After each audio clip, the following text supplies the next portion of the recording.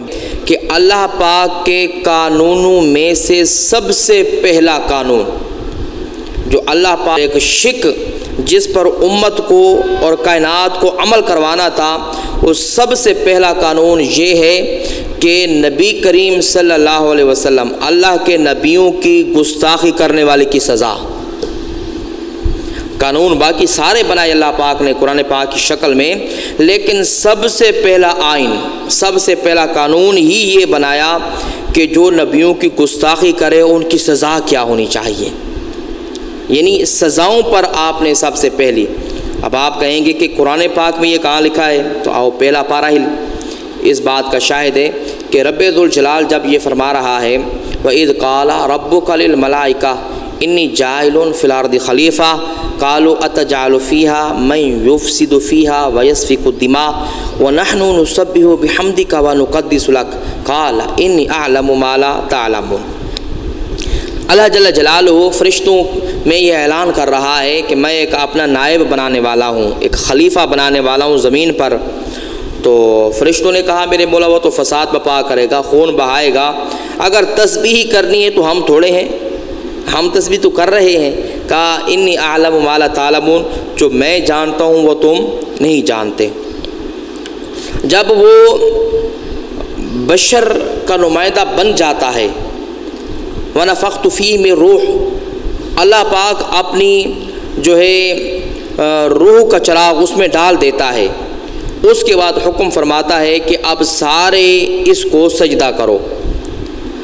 جتنے بھی اللہ کے نوری فرشتے ہیں سب نے آدم علیہ السلام جو اللہ کا نائب بن کر آیا تھا، خلیفہ بن کر آیا تھا، اس کو سجدہ کرتے ہیں، الا ابلیس ابا واستکبر وکان من الکافرین، لیکن ابلیس سجدہ نہیں کرتا۔ اب یہ لمبی بحث ہو جائے گی۔ رب ذوالجلال نے پوچھا کہ لئن تو نے سجدہ کیوں نہیں کیا؟ اب اس کی عقل پر پردے پڑ گئے تھے۔ اب وہ یہ تو دیکھ رہا تھا کہ یہ مٹی کا بنا ہوا ہے اور میں اس سے بہتر میں آگ سے بنا ہوا ہوں۔ اب کہا کہ میں آگ سے بنا ہوا ہوں۔ اب یہ اس کو سمجھ میں بات آ گئی، اور یہ بات سمجھ میں نہیں آ رہی کہ حکم تو رب دے رہا ہے، خالق کائنات دے رہا ہے، جب اس رب کے سجدے ہی کرنے ہیں، اس رب کا ہی کھانا ہے، تو اس کا حکم بھی ماننا ہے۔ جو شیطان بھول گیا تھا، خطا کی اس نے، اس سے یہ کچھ نہ ہو سکا۔ تو اللہ جل جلالہ نے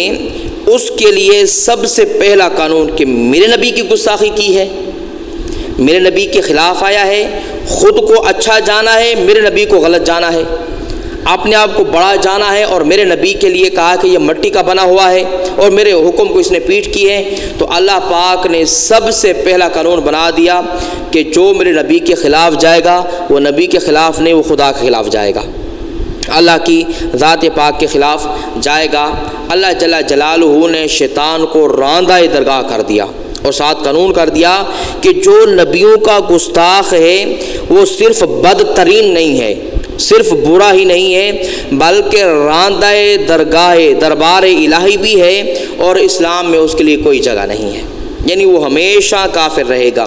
ریڑھ دائر ہو جاتی ہے، قائم ہو گئی۔ 1,24,000 انبیاء علیہ السلام ہے، پھر آپ سب کے سردار میرے آقا محمد صلی اللہ علیہ وسلم کے ذات پاک آ جاتی ہے، تو وہ قانون آج بھی برقرار ہے۔ جو کا تو ہے،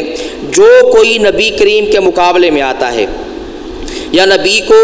اپنے جیسا یا خود سے کم سمجھتا ہے، اور نبی کے مقابلے میں کسی کو لے کر آتا ہے یا بڑا ہو کر سمجھتا ہے،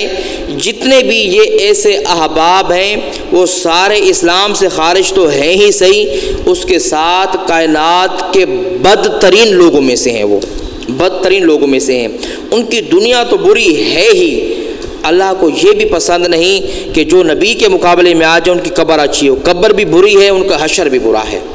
اللہ جل جلالہ قرآن پاک کے اس آئین کے مطابق ہمیں جو محبت کرتے ہیں ان محبتوں کو وفا کا رنگ دیں، ان محبتوں کو جو ہے ان قربتوں کا رنگ دیں، نہ کہ یہ کہ ہم ان کے مقابلے میں آ جائیں، معاذ اللہ، اللہ اسی توفیق نہ دے، یا ان کے لیے ہم یہ رٹ قائم کریں کہ وہ ایسے ہیں وہ ایسے ہیں، معاذ اللہ۔ اللہ پاک جب جب ہماری زبان کھلوائے تو ان کی نعت پڑھنے کی توفیق عطا فرمائے، جب جب بھی نعت اور زبان کھولنے کا موقع ملے ان کی بلندیاں بیان کرنے کی توفیق عطا فرمائے، کیوں کہ ان کی شانیں کائنات کے کسی بندے نے مقرر نہیں کی بلکہ کائنات کے والی مالک خالق خدا نے مقرر کی ہیں۔ اللہ بھی ہمیں دعا ہے اللہ جل جلالہ ہمیں اپنے نبیوں کی مدح خوانی کرنے کی توفیق عطا فرمائے۔ وعلیکم